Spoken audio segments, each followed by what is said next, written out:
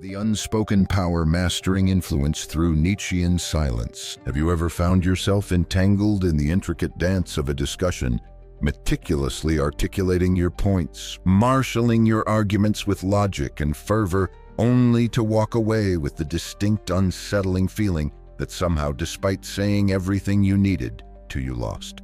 Have you ever felt that tightening sensation in your throat, that almost physical knot, as if every word you uttered, every defense you mounted, had inadvertently pushed you further away from your own innate sense of strength, leaving you feeling diminished rather than empowered? Perhaps your daily landscape is populated by individuals who mistake volume for validity, who habitually speak loudly, incessantly, employ subtle mockery, and dominate social or professional environments with a brand of arrogance thinly disguised as confidence. And maybe buried deep within your own psyche, you have unconsciously absorbed the pervasive societal belief that choosing silence in such moments is an unmistakable sign of weakness, that failing to vigorously defend your territory is tantamount to surrendering, that choosing not to react instantly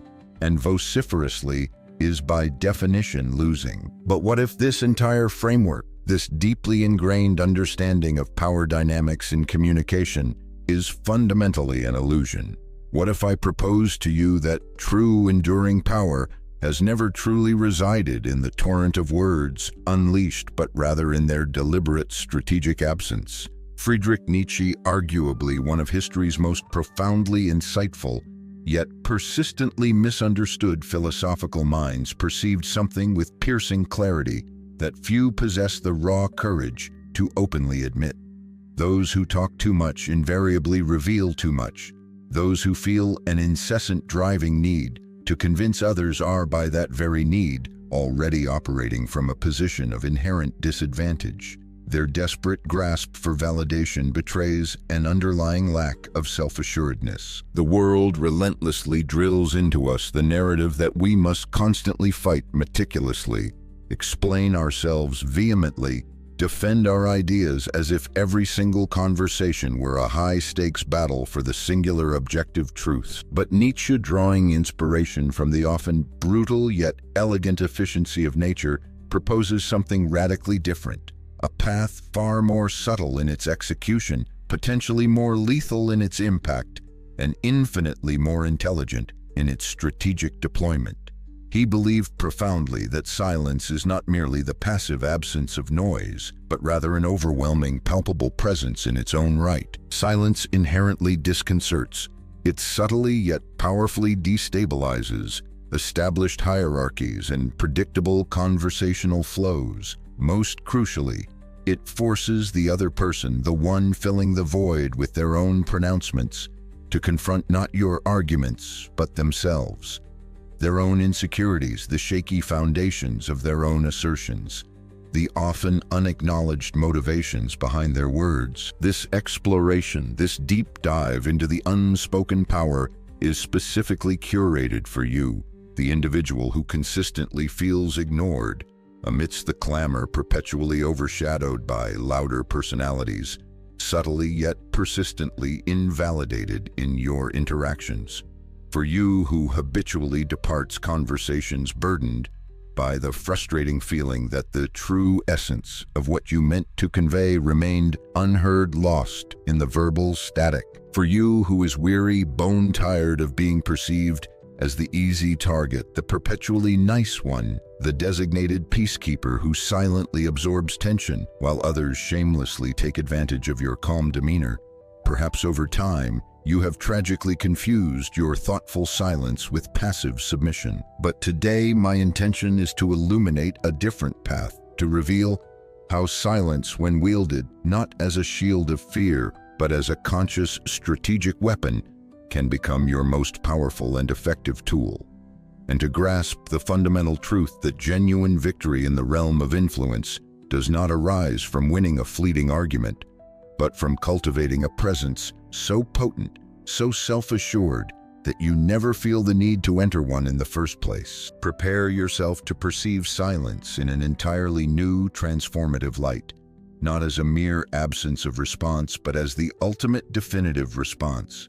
Let us now immerse ourselves in Nietzsche's challenging yet liberating ideas and discover how to master virtually any situation, exerting profound influence without necessarily saying a single word. Why do we as human beings feel such a deeply ingrained, almost visceral compulsion to respond immediately, to rebut every challenge, to meticulously correct perceived inaccuracies, to relentlessly strive to prove that we are right? Because deep down, embedded within the very fabric of our social conditioning, we have been led to believe that truth is a fragile entity requiring constant, fierce defense, tooth and nail. We operate under the implicit assumption that if we remain silent in the face of disagreement, we are somehow tacitly allowing falsehood to prevail, permitting others to win the conversational battle. But Nietzsche, with his characteristically unflinching gaze into the human psyche, saw this very compulsion not as a sign of intellectual rigor or moral conviction, but as a revealing symptom of our deepest underlying weakness, the pervasive, often subconscious fear of appearing weak, inadequate, or incorrect in the eyes of others. And lurking directly behind this fundamental fear lies the ever-vigilant, often fragile ego, an ego easily threatened, incapable of tolerating being questioned, quick to confuse intellectual disagreement with a personal attack, and tragically adept at transforming any potentially fruitful conversation into a fiercely contested battlefield for validation and dominance. Nietzsche astutely observed that most people, when they engage in arguments, are not genuinely seeking objective truth or mutual understanding. Their primary, often unacknowledged motivation is the acquisition and reinforcement of power. They seek to reaffirm their existing beliefs, not necessarily because those beliefs are built upon solid evidence or logical coherence, but because their very sense of self, their entire constructed identity, feels threatened if those beliefs are shaken. The perceived foundation crumbles and chaos looms. Argumentation viewed through this critical lens ceases to be a noble tool of wisdom or a pathway to shared insight.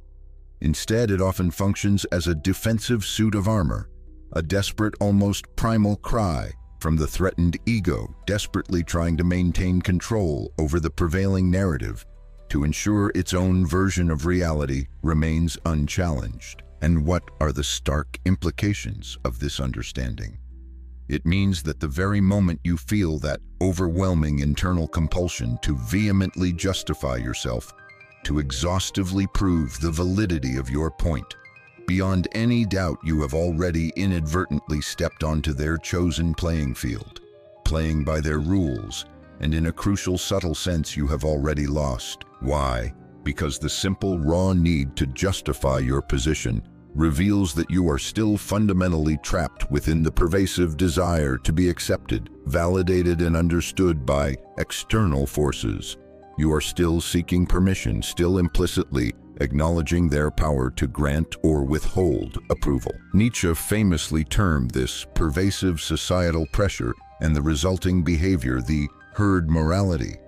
It represents the mindset and actions of those who live perpetually under the shadow of others' expectations, driven by an intrinsic desire to be seen as good, correct, or just, according to the fluctuating standards of the collective. But this relentless, often exhausting quest for external approval is precisely what, according to Nietzsche, keeps you fundamentally weak, tethered to the opinions and judgments of the masses. True, authentic strength, Nietzsche argued, lies not in the superficial ability to verbally convince others of your viewpoint, but in the profound inner freedom of not needing to do so. It resides in the unwavering capacity to hold steadfastly to your own vision, your own truth, even when faced with laughter, criticism, or outright rejection.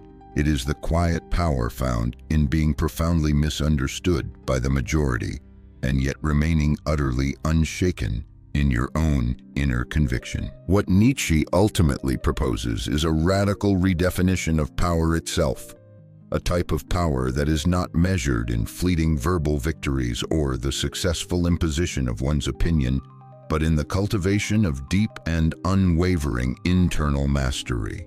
It is a power that emanates from the quiet, centered ability to remain calm and observant while everyone around you succumbs to the chaos of emotional reactivity. It is a power that paradoxically grows stronger the more you consciously choose to stop reacting impulsively to external stimuli. If you genuinely desire to win in the deeper sense, to gain true influence, maintain your integrity, and operate from a position of authentic strength, you must internalize this critical insight. The conventional game of discussion is often little more than a theatrical performance, and the individual who leaps first onto the stage, desperate to deliver their lines and prove their point, has, in many crucial ways, already lost the advantage. Nietzsche knew with profound certainty that the reactive mind is inherently a subjugated mind, forever bound to the external forces that trigger it. It is the observing mind, the mind that can detach, analyze, and choose its response deliberately, or choose not to respond at all, that possesses the truly dangerous potential, precisely because it operates from a plane above the petty, ego-driven need to constantly prove anything to anyone. But this immediately raises a pivotal question. If we are to consciously refrain from immediate reaction, if we are to recognize the potential pitfalls of excessive verbalization, how then can we effectively exert power or influence over others? If words themselves can so easily betray our underlying insecurities, how do we make others feel our strength, our resolve, our presence without uttering a single carefully crafted phrase? Nietzsche indeed had an answer for this profound challenge, and it lies embodied within the potent aspirational ideal of the Übermensch, the overman, the self-surpassing being who transcends the inherent limitations of conventional herd morality and quietly yet powerfully influences the world through the exercise of absolute self-control and unwavering inner resolve. In the next crucial part of our exploration, we will delve deeply into this central figure of Nietzschean thought, seeking to understand precisely how the Übermensch embodies the strategic, often devastatingly effective use of silence, not as passive avoidance, but as a conscious weapon of dominance. A dominance achieved through inner mastery, not outward aggression. Are you truly ready to engage with this level of strategic awareness? Because from this point forward, the silence itself truly begins to speak. Nietzsche did not pen his challenging philosophies for the spiritually frail or the intellectually complacent. His words were forged for the few, for those rare individuals possessing the intrinsic courage to turn their gaze inward, to unflinchingly confront the often uncomfortable landscape of their own inner misery. The conditioned weaknesses, the ingrained fears, the societal programming, and to find within that very confrontation the raw materials necessary to transform it into profound strength. For Nietzsche, the common human, the member of the herd, often lives a life tragically trapped by stifling conventions, suffocating moralistic doctrines, and the perpetual, often desperate need for the fleeting and ultimately meaningless applause of others. But Nietzsche posited the existence, or at least the potential emergence, of another type of being, rare, potentially perceived as dangerous by the status quo, precisely because of its freedom liberated from the chains of conformity, the Übermensch, or overman. This individual does not live a life dictated by reactive responses to the external world's stimuli. Instead, through a rigorous and often painful process of self-overcoming, the Übermensch actively shapes the world, both their internal reality and their external influence, in accordance with their own unique self-created image and values. And the most profoundly impressive, often perplexing aspect of this dynamic is that the Übermensch frequently achieves this significant influence in complete, unwavering silence. The Übermensch feels no intrinsic compulsion to win petty verbal debates or engage in the cheap, manipulative emotional games that characterize so much of human interaction. Their power source lies elsewhere. They observe with penetrating acuity. They cultivate a deep and nuanced understanding of underlying motivations, unspoken desires, and hidden vulnerabilities. They meticulously and carefully choose the precise moments when to speak, ensuring their words carry maximum weight and impact. And perhaps even more crucially, they master the art of when to remain resolutely silent, having grasped a fundamental truth that remains utterly invisible to the majority. Silence, in its most potent and strategically deployed form, is itself a profound and multifaceted language. This is not a language that desperately attempts to convince or persuade through logical argumentation or emotional appeal. Instead, it is a language that powerfully imposes presence. The silence of the Übermensch is not an empty void signifying absence or inaction. It is pregnant with unspoken meaning, often perceived as a subtle yet undeniable threat to those operating on superficiality or manipulation. It emanates an inherent authority that transcends the need for titles or loud pronouncements. It is, in essence, the very sound of profound self-mastery made manifest in the world. While others around them may resort to shouting, clamoring for attention, or engaging in performative displays, the Übermensch commands genuine respect with a mere unwavering gaze, a silent acknowledgement of their own inherent worth, and a subtle challenge to the worthiness of others. While others feel compelled to incessantly explain and justify their actions, the Übermensch observes with detached clarity, often revealing the underlying weaknesses and insecurities of others simply through the power of their calm, unreactive demeanor. Their silence functions as an impenetrable wall, a psychological boundary that those on the other side often desperately and fruitlessly attempt to breach. They expend their energy trying to guess the thoughts and intentions lurking behind that quiet facade. And it is precisely within that state of induced despair and uncertainty that they frequently make critical mistakes. They reveal too much of their own hand. They overcompensate with excessive talk. They lose their carefully constructed emotional balance, all triggered by the unsettling void of the Übermensch's silence. This powerful silence is not born of passivity, apathy, or an inability to articulate. It is rather the embodiment of absolute control over one's own precious internal energy. It represents strategic economy in its purest form. The Übermensch understands with profound clarity that every carelessly spoken word is a potentially compromising move, revealed in the intricate game of human interaction. Every unguarded emotional reaction is an unwitting exposure of a potential weak point, an invitation for manipulation. This deep understanding is why the Übermensch often chooses to remain quiet, not because they lack the capacity for expression or have nothing meaningful to say, but precisely because they do not need to say anything to assert their presence or validate their position. They have transcended the primal ego-driven need to constantly prove something to someone else. Their very presence, cultivated through rigorous self-mastery, unwavering inner conviction, and authentic self-possession, already speaks volumes far more eloquently and powerfully than any torrent of words ever could. And more than that, their silence inherently disturbs those who are less self-aware, those who live perpetually immersed in the noise of external validation and internal insecurity. Why? Because the Übermensch's silence compels others, however unwillingly, to turn their gaze inward to confront their own internal noise.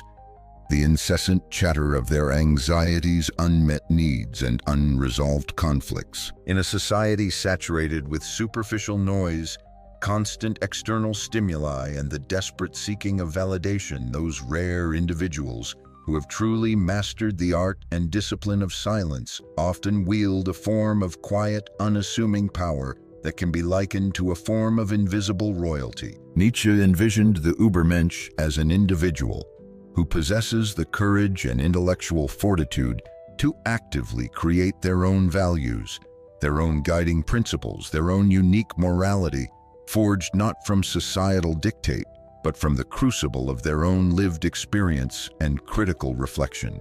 They operate independently, feeling no intrinsic dependence on anyone else's validation or approval for their sense of self-worth. And it is precisely this radical self-sufficiency, this immunity to the common levers of social control, that makes them so profoundly feared by those who remain trapped within the confines of conventional thought and herd morality. Because nothing is more fundamentally destabilizing to a system predicated on manipulation and conformity than an individual who cannot be easily controlled by appeals to guilt threats of social ostracization or the exploitation of their innate need for acceptance. The Übermensch's cultivated silence acts as an impenetrable shield against all these pervasive mechanisms of social control. And when they finally do choose to speak, it is not out of compulsion or a need for attention, but with deliberate intention, with words carefully chosen for their potency, words capable of metaphorically toppling entire empires, of outdated thought, entrenched dogma, and comfortable falsehoods. But this compelling portrait inevitably raises an essential and deeply pertinent question. What is it, psychologically speaking, that makes silence, particularly in a context where a verbal response is expected, so profoundly unsettling, even threatening to so many people? Why do individuals often react with palpable discomfort, veiled hostility, or even outright aggression when someone simply chooses not to immediately react or engage verbally? What intricate psychological processes actually unfold within the human mind when the anticipated dynamic of confrontation, the expected verbal sparring match, is unexpectedly replaced by an overwhelming, often perplexing, and deeply challenging absence of response? The answer, as is so often the case when probing the depths of human behavior, lies within the complex and often counterintuitive realm of psychology. And that is precisely the territory we must now meticulously explore.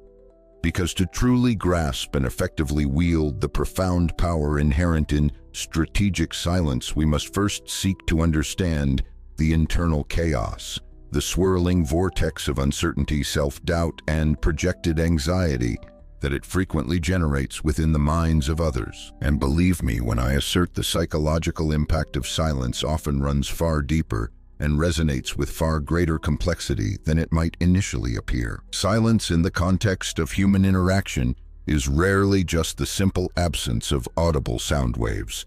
It functions far more profoundly as a potent psychological mirror.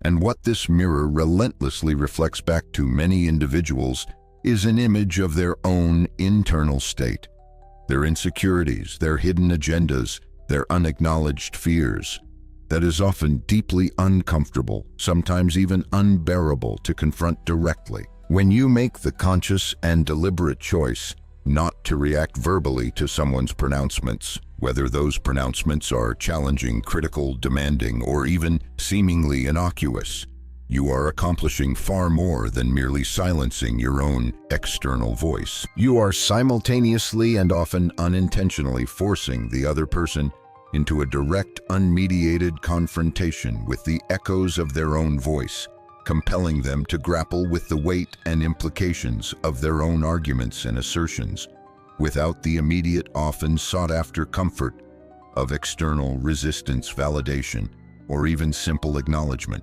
And it is precisely this enforced, unexpected self-confrontation that proves so profoundly destabilizing for a vast number of people. Because if we engage in truly honest self-reflection, we must admit that most people do not engage in constant verbalization purely for the noble sake of expressing deeply considered thoughts, fostering genuine understanding, or engaging in authentic self-revelation. More often than not, our relentless stream of words serves as a form of psychological protection, a complex mechanism designed to convince ourselves as much as others of our own validity, to skillfully conceal our underlying insecurities, and to desperately bridge the often vast chasm that exists between the carefully curated persona we project to the world and the more vulnerable, uncertain reality of who we truly are beneath the surface. And in the precise moment you choose to remain silent, that meticulously constructed verbal disguise begins to slip, often uncontrollably, exposing the raw, unvarnished edges of their own internal state, their anxieties, their doubts, their neediness. The field of social psychology has already provided compelling evidence for this dynamic. Studies have shown that in situations perceived as confrontational or involving an inherent power imbalance, silence on the part of one individual is frequently interpreted by the other, not as thoughtful consideration or neutrality, but as a form of implicit judgment. It often doesn't matter if your silence stems from a genuine desire to listen deeply, a need to process complex information, or simply a momentary lack of a compelling response. The speaker, deprived of the expected verbal feedback loop, often begins to feel acutely exposed, increasingly insecure about the reception of their words and the fundamental validity of their position. Why does this psychological phenomenon occur with such regularity? Because without your immediate verbal response, without your predictable reaction, whether it be agreement, disagreement, or even simple clarification, they effectively lose control over the established narrative, the anticipated flow, and the intended outcome of the interaction. The human brain, ever vigilant for perceived social threats or uncertainties, can enter a state of heightened alert. The amygdala, the region of the brain intimately associated with processing fear and anxiety, can become activated. Deprived of external cues, the other person, left adrift in the void of your silence, begins to unconsciously project their own deepest fears and insecurities onto you. Is he secretly judging my intelligence? Did she notice how nervous I actually am? Does he know I'm bluffing, exaggerating my claims? In this silent yet intensely active psychological battlefield, your deliberate lack of verbal engagement acts like an invisible blade. It cuts precisely where no one overtly sees the wound, but where everyone involved instinctively feels the sharp, unsettling edge of potential disapproval, perceived superiority, or simple, unnerving ambiguity. Nietzsche, with his characteristic prescience and deep intuition into the human condition, sensed this intricate dynamic long before the advent of modern psychological research rigorously confirmed it.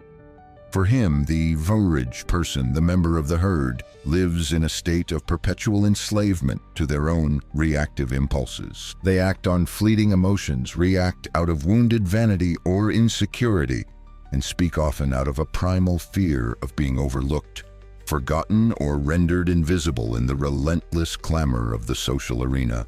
In stark and deliberate contrast, the superior spirit, the individual who has cultivated a profound mastery over themselves, who operates from a place of inner centeredness, often chooses to remain strategically silent. They do so because they possess the acute awareness that every carelessly uttered word is a piece of oneself, a potential vulnerability inadvertently handed over to a potential adversary. Every unguarded emotional reaction is an involuntary scream that reveals precisely where one is most susceptible to attack or manipulation. Furthermore, strategic silence possesses a particularly devastating effect on manipulators.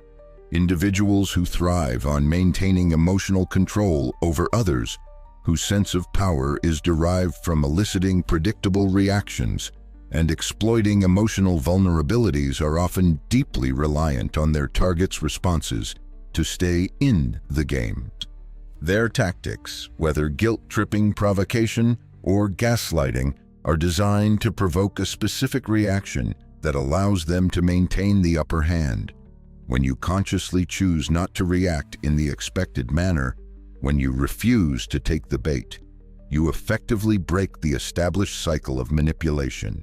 Deprived of the anticipated response, the manipulator often experiences a surge of panic and disorientation. They need your reaction, your anger, your defensiveness, your guilt, to validate their own position and confirm their perceived control.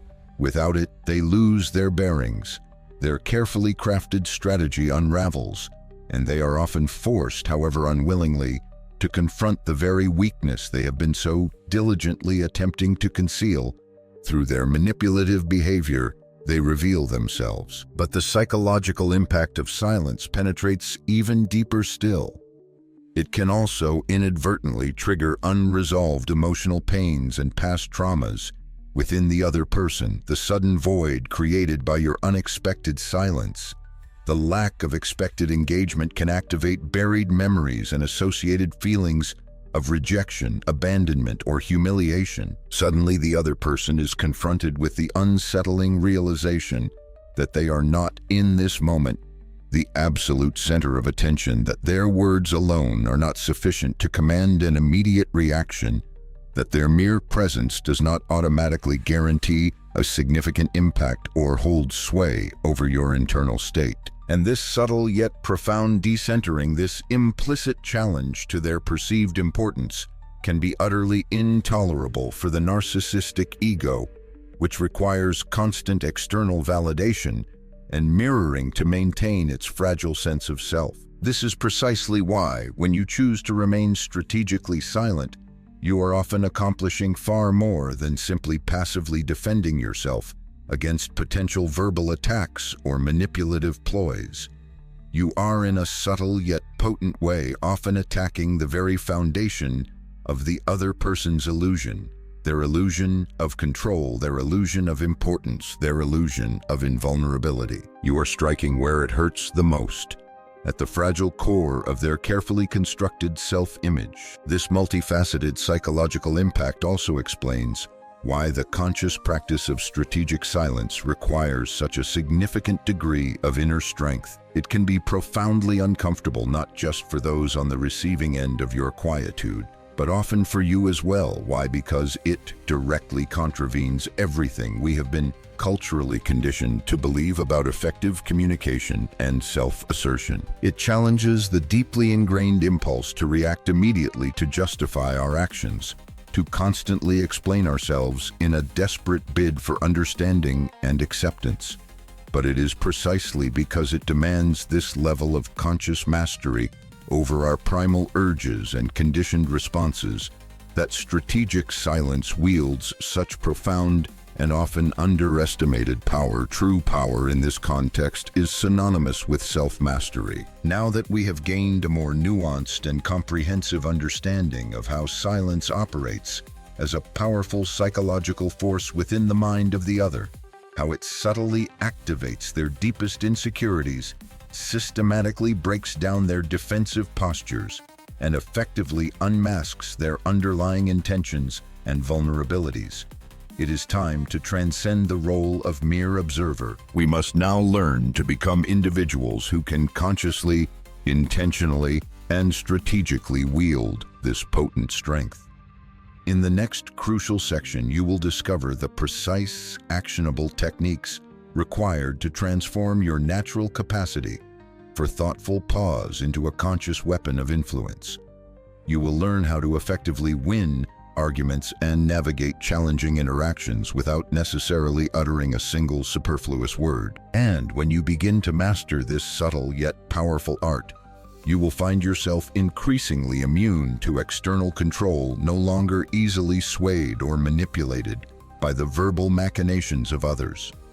The time has come to stop merely intellectually understanding the potential power of silence and to begin actively, intentionally using it. Because knowledge, however profound, remains merely dead theory without consistent, courageous practice. From this moment forward, you will learn to transform your silence from a passive state or a defensive shield into a precision weapon, no longer merely a means of weathering the verbal storms of others, but a sharp, discerning blade ready to cut through the obfuscations, the manipulations, the carefully constructed masks of others, precisely at the moment they least expect it, when their own defenses are lowered by your unsettling quietude. And the first crucial step, the foundational discipline, is deceptively simple in its description, yet profoundly challenging in its execution. Consciously choose to be silent. precisely when your every internal impulse screams for an immediate verbal response. This requires immense inner strength, a cultivated mastery over your own reactive tendencies, because everything within your conditioned self, your ego's desperate need for validation, your fear of appearing weak, your ingrained habit of justification will vehemently demand that you react, that you defend yourself, that you prove your rightness. But recognize that overwhelming desire for what it often is, poison. Every single time you impulsively give in to that urge, every time you leap to defend or explain, you inadvertently reveal that you are still operating under the subtle control of others' expectations, that you still unduly care about their fleeting opinions, that you are still fundamentally playing their game according to their rules. True empowering silence, the silence that commands respect, is born only when you consciously choose to kill that need for immediate external validation. When you internalize the profound understanding that you owe no one an instantaneous explanation, and that truth, in its authentic essence, does not require the crutch of spoken words to simply exist. The second potent weapon in the arsenal of strategic silence is the disciplined art of observation. While others around you are actively engaged in filling the air with words, becoming lost in lengthy, often self-serving explanations, and desperately attempting to fill every conversational void with noise, you cultivate the invaluable skill of truly deeply listening. But crucially, this is not the passive listening of someone merely waiting politely for their turn to interject their own opinions. Instead, you listen with the focused intensity, the keen awareness of a seasoned hunter, patiently tracking the subtle movements, the almost imperceptible sounds of their prey through a dense, complex forest. You train yourself to perceive the unspoken nuances, the underlying fears subtly hidden between the carefully chosen lines, the almost invisible contradictions that betray a lack of genuine conviction, the pervasive insecurities skillfully disguised beneath a veneer of arrogance or excessive confidence, and you consciously store all of this invaluable observational data. Because when you ultimately choose to speak, if you deem it strategically advantageous to do so, your words will be delivered with surgical precision. They will land with the calculated accuracy of someone who has meticulously mapped and now intimately understands the emotional and psychological territory of the other individual. The third indispensable weapon is the skillful, deliberate manipulation of time. Learn to consciously let silence last, to extend the pauses in conversation beyond the comfortable, predictable rhythm of typical social exchange. The pregnant pause is an incredibly potent element of tension, and tension in virtually any power dynamic inevitably translates to influence. While the other person speaks anxiously, anticipating your expected reaction, and that reaction fails to immediately materialize, they often experience a subtle but significant internal collapse. The discomfort begins to mount, feeding on their own insecurities and the unnerving uncertainty of your unspoken thoughts. Their mind, abhorring a vacuum, begins frantically attempting to fill the void created by your silence, often populating it with a cascade of negative assumptions, unfounded fears, and even outright paranoia directed towards you. In such psychologically charged moments, a simple, direct, unwavering look from you, deliberately held and accompanied by resolute silence, can often possess far greater impact, convey a more profound and unsettling message than 10 meticulously formulated sentences ever could. The fourth powerful weapon afforded by the mastery of silence is the cultivation of unpredictability. When you consistently choose to operate from a place of thoughtful silence rather than predictable impulsive reaction, you become inherently unpredictable in the eyes of others. And the unpredictable is invariably met with a degree of caution, apprehension, even fear, precisely because people no longer possess a clear understanding of what to expect from you, how you will respond, or what your underlying intentions might be. When they lack this crucial predictive capacity, they automatically lose a significant tactical advantage in the interaction. They become hesitant, cautious, forced to start measuring their every word with newfound care, constantly second-guessing the potential impact of their statements. On your inscrutable silence, you effectively invert the typical logic of social interaction. Instead of being merely a reactive participant responding to their cues, you subtly yet powerfully position yourself as the gravitational center of the conversation, the silent, potent force around which others must cautiously navigate. At this pivotal point, your silence is no longer perceived as a mere absence of something. It transforms into a tangible manifestation of pure, unadulterated dominance, achieved not through force, but through masterful self-control. However, exercise extreme caution. Do not fall into the common trap of mistakenly conflating strategic, intentional silence with passive inaction, apathy, or a manifestation of weakness. Nietzsche, let us remember, was never an advocate for the submissive or the dhaif in spirit. The type of silence we are meticulously exploring here is inherently active, tense, deliberately charged with focused intention. You are not simply withholding your thoughts and feelings out of fear or inadequacy. Instead, you are actively preparing carefully, choosing your moments strategically, positioning yourself with a profound kind of inner strength that does not require overt, ostentatious display to be keenly and unmistakably felt by those around you. And when the precise opportune moment arrives, the moment when your preceding silence has already subtly conveyed everything that truly needed to be communicated non-verbally, when the other person's defenses may be lowered or their position weakened by their own discomfort, you can then choose to speak. Perhaps a single concise sentence, a precise, insightful comment, something delivered with such unwavering truth, such profound depth, such undeniable clarity that it effectively ends the discussion. Not because it was louder, more aggressive, or more emotionally charged, but simply because it resonates with an irrefutable authenticity that cuts through all the preceding noise and obfuscation. But this brings us inevitably to an even more delicate, complex, and potentially darker issue, because up to this critical juncture, our focus has primarily been on how to consciously employ silence as a strategic tool to gain influence, navigate challenging interactions effectively, and metaphorically win in the game of social dynamics. However, there are moments, relationships, and situations in life where the underlying game is not merely about achieving a superficial victory in a minor dispute or asserting one's intellectual superiority. It is about the far more fundamental, often harrowing necessity of emotionally surviving interactions that are inherently toxic, manipulative, or exploitative. There exist situations where individuals are not simply engaging in good faith debate or holding differing opinions.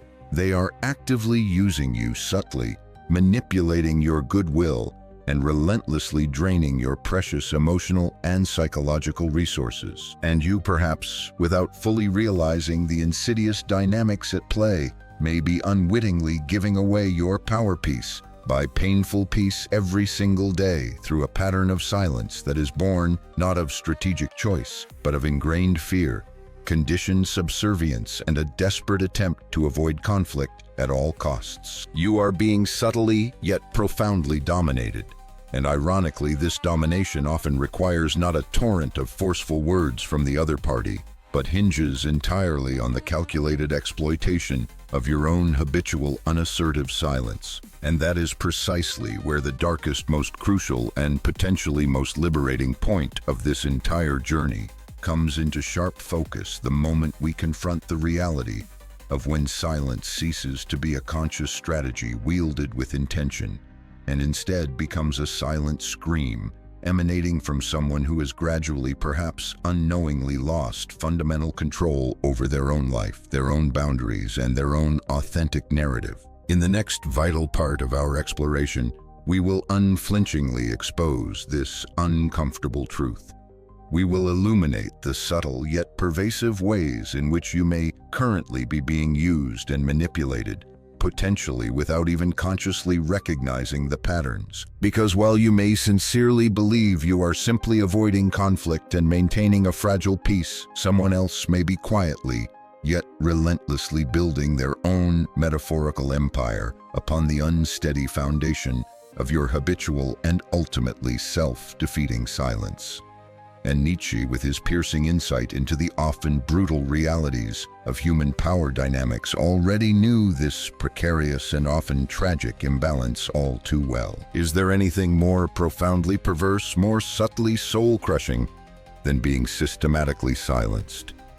Perhaps only this being insidiously conditioned over time to believe that silence, specifically the silence born of fear and conflict avoidance, is your only viable option. Being subtly taught through societal norms, family dynamics, or past experiences that swallowing your righteous anger, consistently conceding ground in discussions, and desperately avoiding conflict at all costs are somehow synonymous with maturity, wisdom, or emotional balance. That perpetually remaining silent in the face of disrespect or manipulation is a sign of superior inner peace or evolved restraint. But what if I were to tell you with unwavering conviction that this entire belief system, this comforting narrative you may have internalized, could very well be a carefully constructed trap? That far more often than we care to admit, this type of habitual conflict avoidant silence is not a testament to your wisdom or your inner strength, but rather a deeply ingrained and skillfully disguised form of submission. Nietzsche, with his characteristic brutal clarity and refusal to engage in comforting self-deception, saw through this deceptive facade with piercing insight. What you may sincerely label as peace in your relationships and interactions, that carefully maintained harmony, that absence of overt conflict, is often in reality nothing more than your own domesticated surrender. It is a learned response, a survival mechanism perhaps developed long ago, designed to avoid rocking the boat, even if it means slowly drowning yourself in the process. Have you ever paused to truly notice with objective awareness how certain individuals seem to instinctively, almost predatorily, take advantage of your inherent calmness, your innate ability to listen patiently, your generous willingness to overlook minor transgressions, and your general, perhaps deeply ingrained tendency to avoid direct confrontation? They subtly yet relentlessly push their own agendas forward. They persistently impose their wills upon you, often under the guise of suggestion or necessity. They gradually, almost imperceptibly, occupy spaces, both literal and metaphorical, like your time, your energy, your emotional bandwidth, that were rightfully yours, and yet you passively let them. You engage in intricate mental gymnastics, rationalizing their behavior, convincing yourself with elaborate justifications that it's simply not worth fighting over, that it's somehow better to maintain a superficial harmony, that the cumulative impact of these seemingly small encroachments is ultimately not that big of a deal. But the uncomfortable, unvarnished truth, the one you may be hesitant to fully acknowledge, remains starkly singular. You are paying a very significant, often debilitating price for this illusory peace. The currency is your own unmet needs, your eroded self-respect, your stifled voice, your diminishing sense of agency. And perhaps the worst part, the part that cuts deepest, is the realization that you are being actively, albeit sometimes subtly, used by those individuals who have intuitively or consciously recognized the fundamental truth about your pattern. You will likely never react defensively. You will absorb. You will concede, you will rationalize, but you will rarely push back. Nietzsche spoke with profound disdain about the morality of slaves, that insidious, often unconsciously adopted value system constructed and propagated by those who feel inherently weak or incapable, designed primarily as a psychological survival mechanism in a world they perceive as dominated by the strong. It is a morality steeped in resignation, riddled with pervasive guilt for daring to assert oneself or pursue one's own ambitions, and relentlessly promoting the supposed virtue of being perpetually nice, accommodating, and self-effacing, even at the direct expense of one's own well-being and authenticity. It functions as an invisible yet incredibly powerful code that subtly teaches you to nullify yourself, to diminish your inherent worth, to constantly conform to the expectations and demands of others, and perhaps most insidiously, to somehow feel virtuous for this very act of self-effacement. But let us be unequivocally clear, Nietzsche's powerful, challenging philosophy was never intended for those who passively resign themselves to the dictates of others or the constraints of societal expectation. His writings were a fiery battle cry, a philosophical call to arms for those rare individuals who possess the courage to recognize and dare to break these self-imposed and externally enforced chains, for those who finally awaken, often through painful experience, to the stark realization that they are being subtly used and exploited, and who then make the conscious, resolute, and often terrifying decision to stop participating in their own submission. When you habitually accept this type of silence, the kind that silently swallows your legitimate anger, your unmet needs, your authentic voice eating away at you from within, you are, whether you realize it or not, surrendering your inherent power without a fight. You are allowing yourself to be gradually shaped, molded, and defined not by your own inner compass, but by the fluctuating expectations and often self-serving agendas of others. You cease slowly but surely to be your authentic self. Instead, you become merely a reflection, a convenient tool fulfilling whatever role others need you to play in order to maintain their own comfort, control, or sense of superiority. And this passive acceptance, this silent surrender, stands in stark, direct opposition to the very core of what Nietzsche termed the will to power, that fundamental intrinsic life-affirming drive towards growth, self-mastery, overcoming limitations, and expressing one's unique potential in the world. Because the true manifestation of the will to power, as Nietzsche envisioned it, is not found in resorting to shouting, imposing one's will, forcefully or overtly dominating others. It is fundamentally about achieving profound mastery over oneself. It is about regaining conscious control over your own internal narrative, your own values, your own responses. It is about choosing to be silent, not because you are afraid or inadequate, but because you recognize deep within your core that you owe nothing, no explanation, no justification, no immediate reaction to anyone simply demanding it. This insidious, self-destructive silence of submission needs to die.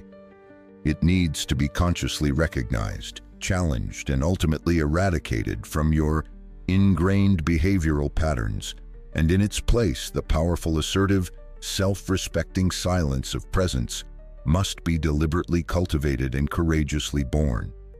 This is the silence that does not bend under pressure, the silence that does not humiliate itself through constant apologies for simply existing or holding a different perspective, the silence that does not apologize for taking up space or having needs.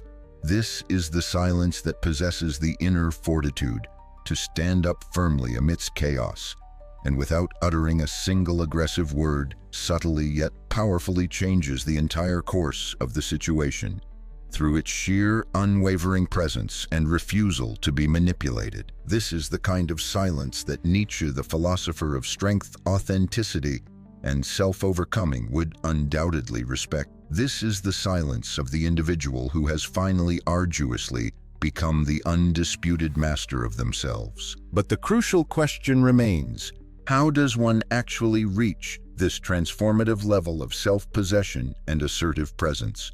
How do you consciously transition from being someone who is subtly manipulated through their own silence to becoming the master of your own powerful presence? How do you effectively kill the ingrained herd morality within your own psyche and be reborn as an individual who naturally imposes authority, commands respect, even, perhaps especially, when choosing to remain silent? The answer, as we have consistently alluded to throughout this exploration, lies embodied within the most potent and challenging figure of Nietzsche's entire philosophy, the Übermensch.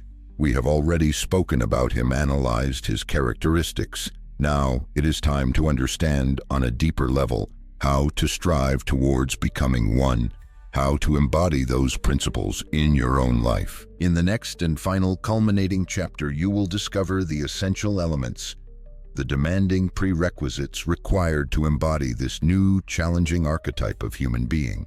Because the world arguably does not need more incessant talkers adding to the noise.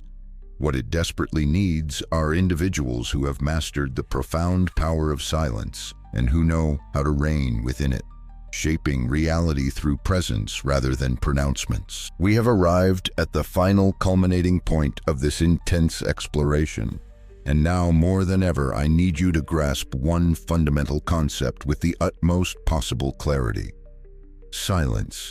The kind of potent transformative silence we have been dissecting is not absence, it is not emptiness, it is not merely the passive space that exists between spoken sentences. True, consciously cultivated silence is pure presence. It is mastery made manifest. It is the undeniable sign that you are no longer merely reacting passively to the unpredictable currents of the world, but rather actively beginning to shape it, shaping perceptions, influencing dynamics, defining your own reality through the sheer unwavering force of your self-possessed existence.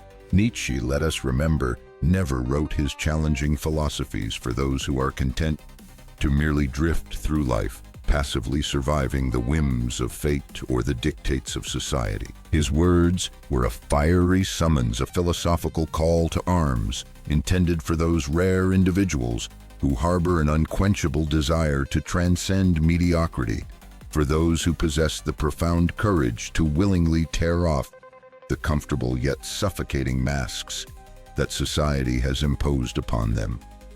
Even if that process is inherently painful, even if it requires confronting their deepest fears and dismantling cherished illusions. The silence of the Übermensch, the silence we aspire towards, is fundamentally different from the fearful silence of the oppressed or the cowardly silence of one who avoids confrontation out of weakness. It is instead the potent, centered silence of the warrior who has already achieved a profound victory within themselves, even before the external battle commences. It is the deep, unshakable stillness of one who no longer feels the compulsive ego-driven need to constantly prove anything to anyone else, because they possess an unwavering inner knowing of who they are and, perhaps even more importantly, a deep and abiding conviction in what they inherently deserve. Respect, autonomy, the right to define their own existence. Now turn the unflinching gaze of introspection upon the landscape of your own life.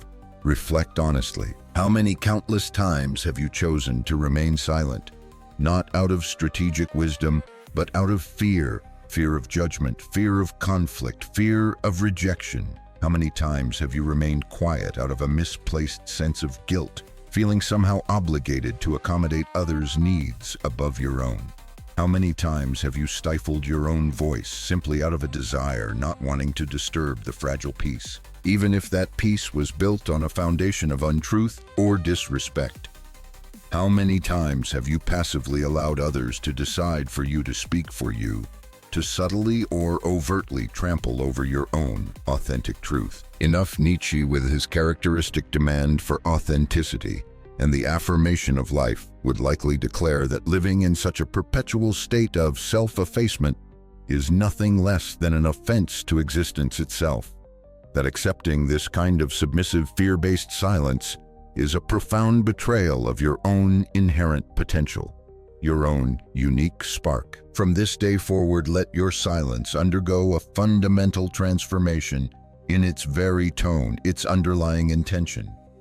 Let it cease to be merely an escape mechanism, a retreat born of fear. Let it instead become an invisible shout of authority, a clearly defined boundary that communicates your limits without aggression, an unwavering affirmation of who you are, striving to become, even if no one else immediately understands or approves. Because ultimately, who you are in your authentic core does not require constant external understanding or validation. It simply needs to be lived courageously and unapologetically, and that courageous living requires immense fortitude. Do you possess that fundamental courage? Then I urge you right now to make a symbolic declaration, a commitment to yourself. Comment below. I choose the silence that commands respect. Do this not merely so I know you have journeyed this far, but more importantly so that you can publicly affirm this conscious choice, this unwavering commitment to your own self-respect and authentic power. Because words, even when they speak about the profound power of silence, possess a unique power of their own when uttered with intention and conviction. And crucially, do not stop here. This exploration is merely a catalyst. The next video in this sequence is essential. It builds upon, expands, and deepens what you have learned here, taking your mind and your understanding even further. Watch it not for my sake, but because you deserve to go beyond your current limitations to continue this vital journey of self-discovery and empowerment. And always remember, carry this final thought with you as you navigate the complexities of the world. The weak shout, the strong remain silent, the wise choose when.